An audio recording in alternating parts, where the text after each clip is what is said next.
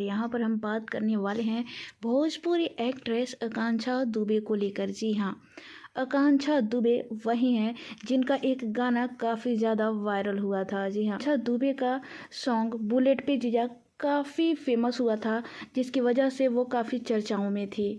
तो आकांक्षा दुबे ने आत्महत्या कर ली है। आइए जानते हैं इसके पीछे क्या है कारण।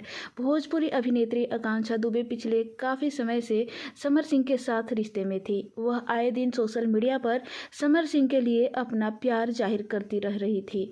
आकांक्षा और समर की जोड़ी फैंस को खूब पसंद आती थी।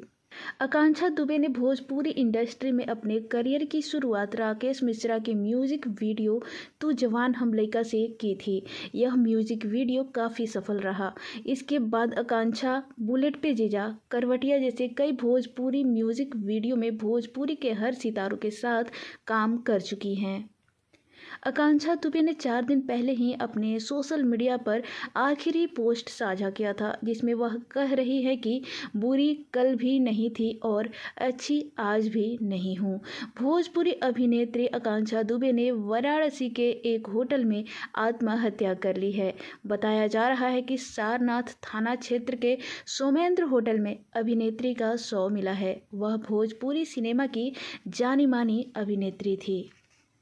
बदली नहीं हूँ, बस वक्त के साथ आदत बदल ली है अपनी। अब जो जैसा है उसके लिए मैं वैसी हूँ।